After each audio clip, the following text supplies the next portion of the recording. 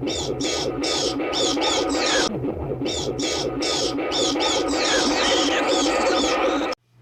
everybody, Graz here from the GKBC. Kind of starting a, well, not really starting, but making a new series for myself. As those of you who watch know, every other week, Tad at Tad Reads Books and Stuff and we do, we read a graphic novel or comic book and we talk about it. So I thought it would be kind of neat. We do that on Sundays or Mondays sometimes, depends on when we get it out. So I thought it would be neat that on the weeks that he and I don't do that, that I would do like comic book Sunday, I guess it's called. So, hold on, we'll probably start over here. No, it's fine. What are you doing? I was just looking. Okay. Sorry about that. We're, as you know by watching us, we're not great with the technical aspect. But anyway, so this is going to be the start of comic book Sunday / Monday. I want it to be on Sunday, but we're a little late today. It's actually 12:15, quarter after midnight, Sunday night or Monday morning. So anyway, and the noise in the background will be our dishwasher. Anyway, this time around, I am going to be talking to you about, I guess I should have got this out. I wasn't even thinking. Sorry, everybody. Chords are making it hard too. In this, which I've talked about a lot, the top 100 graphic novels of all time from 2017, I am talking about that today, number 97. Violent Cases by Neil Gaiman, illustrated by Dave McKean.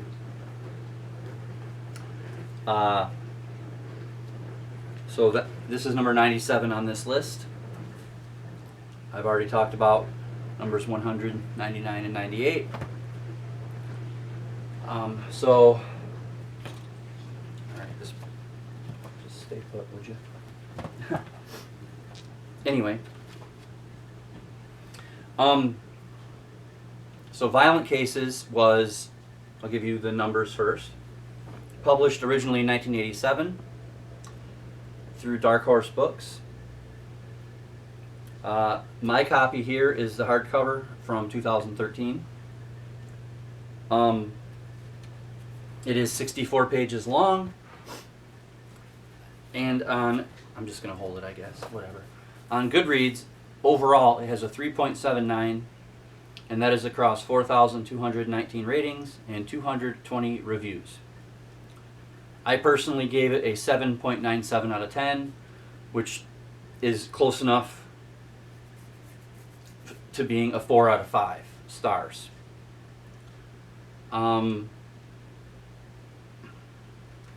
So those are the numbers. What I'm going to do is, I originally read this in 2017 on December 2nd. And I printed out that review from Goodreads that I wrote then. And then I read it again today to give you my normal ups and downs, 5 positives, 5 negatives, if I can come up with them. I actually came up with 4 positives and 1.5 negatives. Now, the reason you're looking at Capone, The Life and World of Al Capone by John Kobler here, which, by the way, my dad found me. This book's awesome. Is because in Violent Cases, the main secondary character is Al Capone's osteopath, which I guess means like some sort of a bone doctor or something. But yeah, it's kind of neat. But so I guess I'm just going to get through the ups and downs, and then I thought it would be neat to read what I wrote 5.5 years ago when I read this for the first time and see how closely they jibe. So the first positive, or the first up, is the layout of the book, which I really love. It's like, I mean, I don't worry about looking at the close-ups of the pictures. I'm gonna take screenshots and have my editor put them over. But I mean, you can see the layout. Is that in the frame? Up a little. Well, I don't know if I can do it up and still look at it. Yeah, I can fix it. Just It's fine. I mean, I moved it, so. But yeah, you can kind of see the neat like layout of the panels and stuff. It's really cool, and you know, it's colors and whatnot. I like that a lot. I forgot that I usually start with the negatives. So that's the first positive. Now I'll just tell you my 1.5 negatives. This story is basically a little kid who's like between 4 and 8. And his dad yanks him around and hurts his arm or shoulder, and he goes to this osteopath who then starts telling him about how he worked for Al Capone. And it's like, you know, the dad and the doctor, they talk to this kid like he's another adult. And he's only between 4 and 8. And it just, I mean, I believed in talking to my kid like an adult too, but there were topics that you wait. You know, and you don't tell your 4-year-old about Al Capone beating people's heads in with a baseball bat in like assembly line gangland killing style. So I just thought that I didn't think that they really would talk that candidly to a 4-year-old. And the 1.5 part is, and Tad's gonna love this, it's a Neil Gaiman book. So it tries to be a lot smarter than it really is. Neil Gaiman really tries to push forward his prose and rhetoric. And if you've read a Neil Gaiman book, even if you like him, you know what I'm talking about.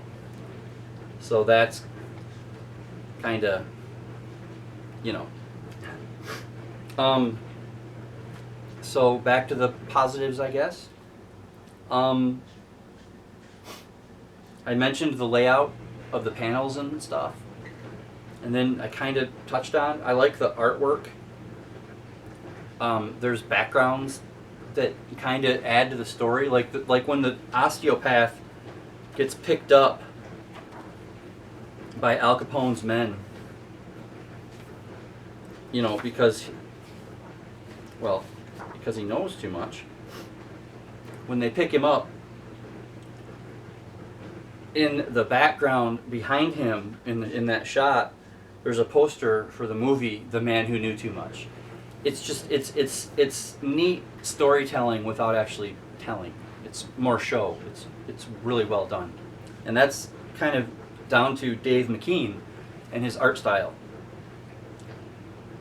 which is extremely on the brilliant side. And I showed you a little bit, and I'm going to have the editor, like I said, put in some pictures and stuff around here and there, you know, just to show you.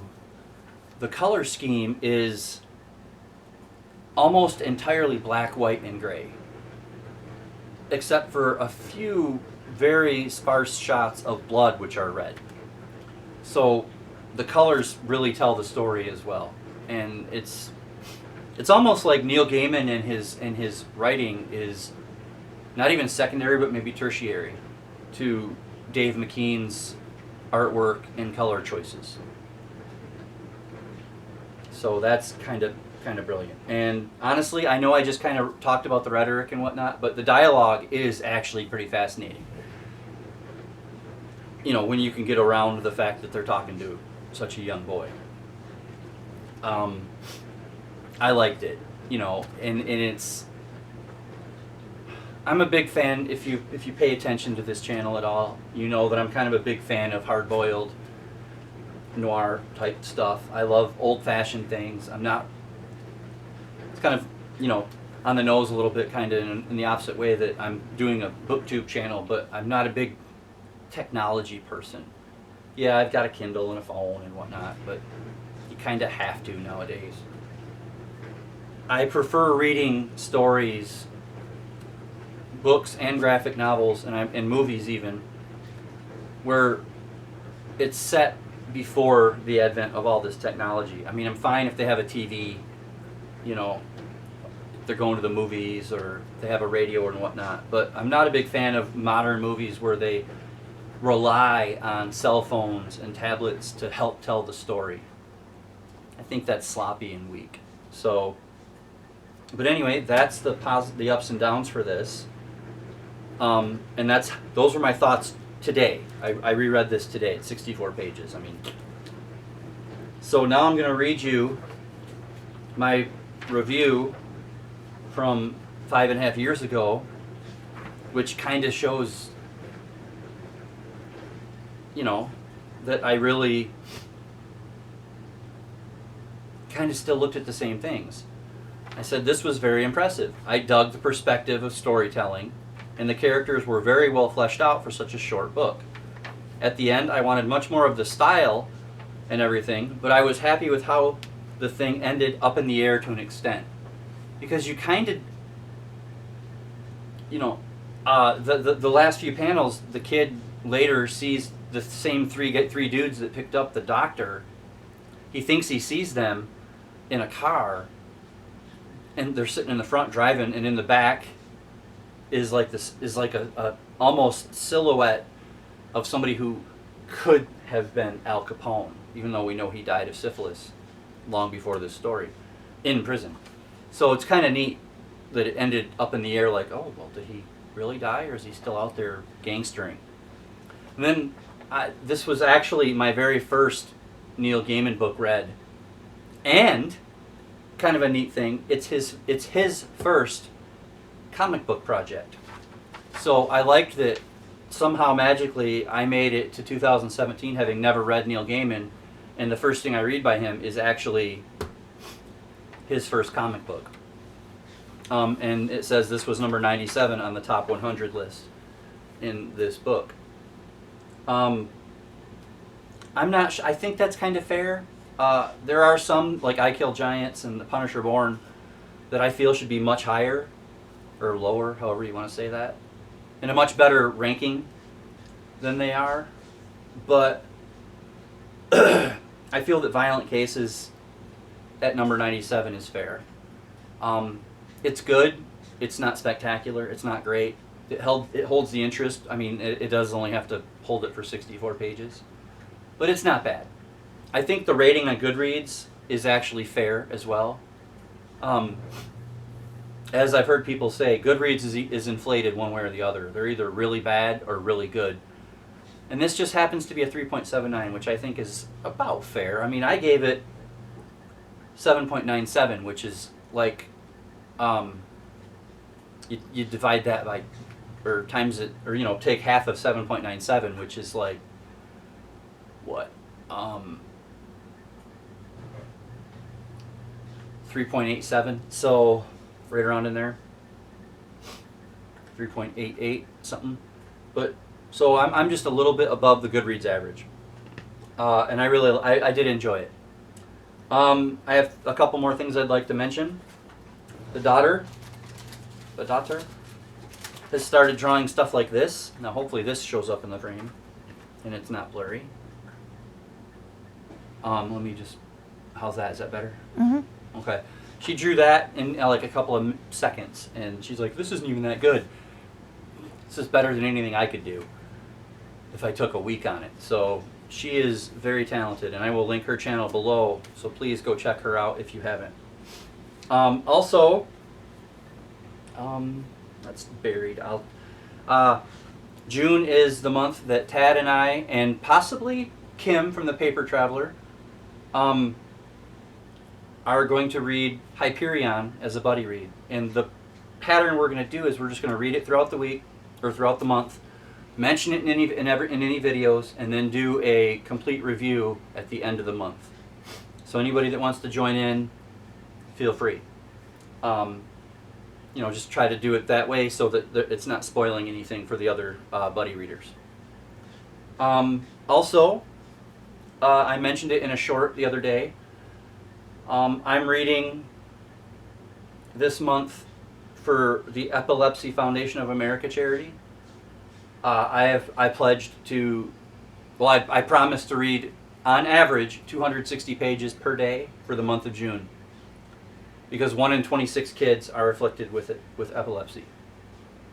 I have no connection to epilepsy. I don't know anybody that has it, unless they're hiding it, and I just don't know that they have it. So I still don't know. I was compelled to help. I have a GoFundMe page, which I will link below, and maybe even the daughter can flash the link on the screen to remind you. I'd like to raise $500 this month. So if you want to donate, that'd be great. Every little bit helps. And everybody that donates, even anonymous people, will get a shout out in my next video.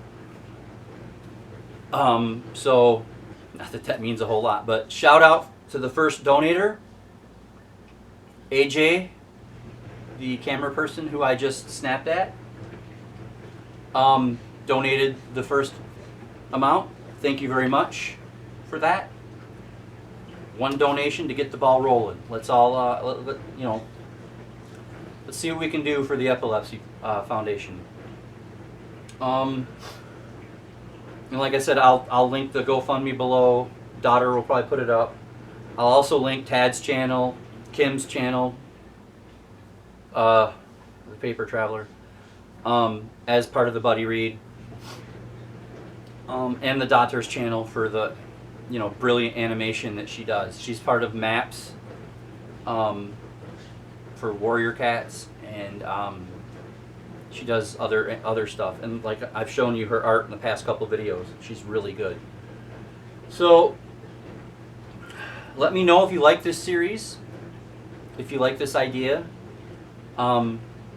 If you've read Violent Cases, or a Neil Gaiman book, or if you like Dave McKean, let me know. If you don't like Neil Gaiman, Tad, I already know you don't.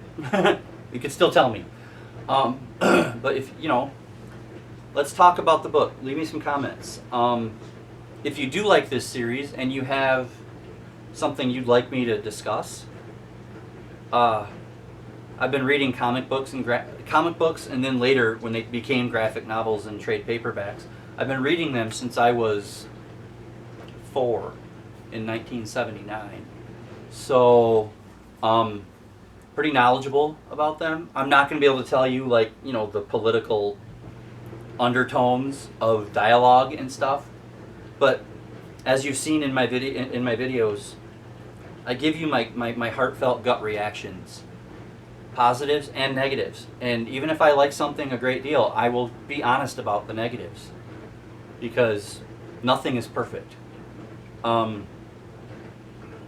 So let me know.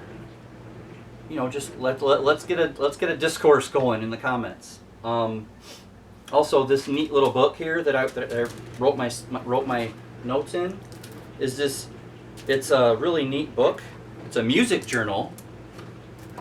I don't know if you can see that. Hopefully you can. It's really pretty. It's a music journal that AJ and the daughter brought me back from North Carolina recently, and I thought, well, I know next to nothing about the type of music that this is talking about with notes and stuff, so I thought it would be neat if I used it to be like my workbook for videos. So I wanted to show that off. My chicken scratches there. So if you want to join in Hyperion, join in. Let us know. And like I said, if you like this new series, great. Tell me if there's anything you want me to read or talk about. If, like I said, about Violent Cases, Dave McKean and Neil Gaiman, let's talk about them. And hey, how do you feel about Al Capone?